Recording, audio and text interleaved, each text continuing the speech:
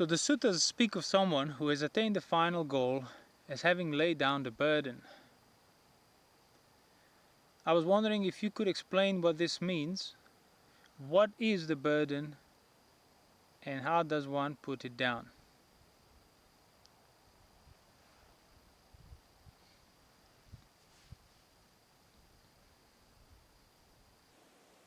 The burden is the burden of identification with things that make up your existence, identification with existence. And by that I mean aggregates. So identification with the components of what make your world up, your experience up. And that in Buddhist terminology is the 5 aggregates.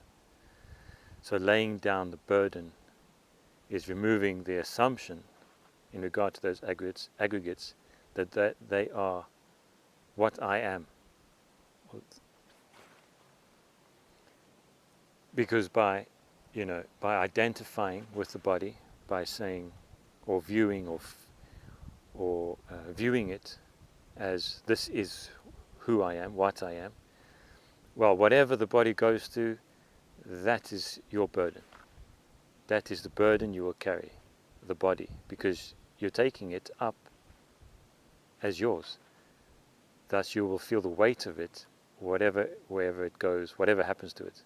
So decay, the energy of growth, the depletion when it's depleted, the sickness, the agitation, the fever, the itches, that's all yours as well.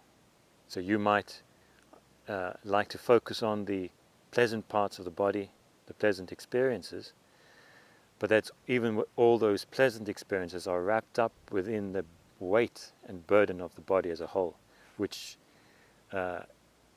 if you can see that, far outweighs the little pleasures you have, the actual having to eat and live and clean it and all. That's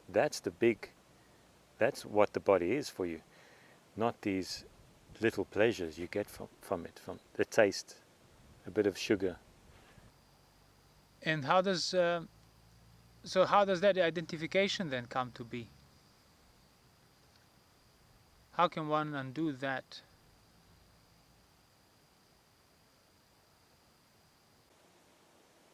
And so the way to free yourself from that identification, from the burden, is to actually see the burden, to have a real perspective on the body, as I just said, what the body really is.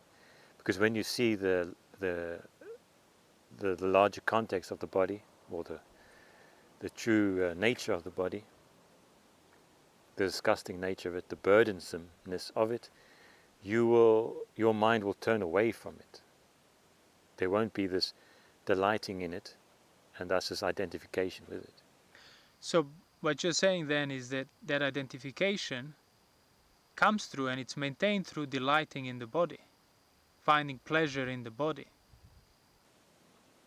Yeah, but you only have that because you don't see the body for what it is. You're just focusing on the small, insignificant pleasures, not the bigger picture of it. So if you were to stop focusing on small pleasures, stop pursuing them, stop acting out of them, would that make identification with the body diminish? Yes.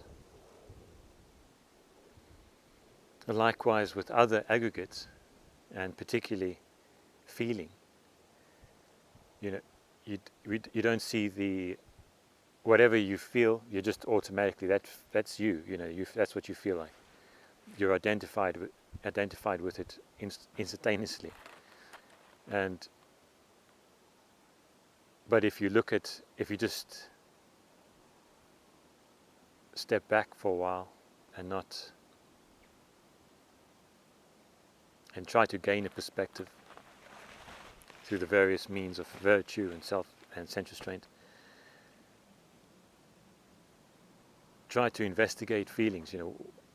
Are you in control of those feelings? Do they come randomly? You can try to aim for pleasure but doesn't really always work out to the extent that you want it to work out. And even when it doesn't stay as long as you want. And so if you're identified with that, and not even if you're identified with feelings, you don't even see feelings actually. And wherever that feeling goes, so will you go. Your mind will change accordingly. So when it's up, pleasant, you're up, you're happy, everything's great, and then all of a sudden it changes to pain. That pleasure's gone, and you're extremely depressed. And that whole up and down makes the situation so much worse, because it shows you, it feels like you're not in control of yourself, really. That will breed anxiety, suffering. So even when you have pleasure, even when you get the feeling that you want, at the back of your mind, there's always that sense and sensitivity to,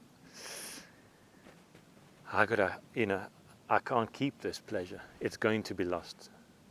Because you know deep down that you can't hold on to it. And that is a burden. Feeling is actually a burden. Identification with feeling is a burden. So in brief, the laying down of the burden is just that, is the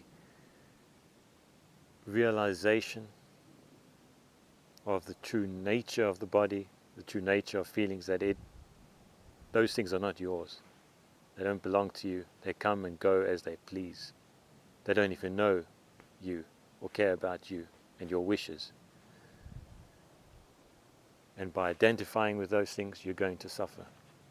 And the Arahant, the noble disciple has laid down that burden of identification by seeing the nature of it, of those things. And laying it down, then it doesn't matter what happens to the body, what experiences might occur. There is no burden, because there's nobody taking it up. There's no identification anymore.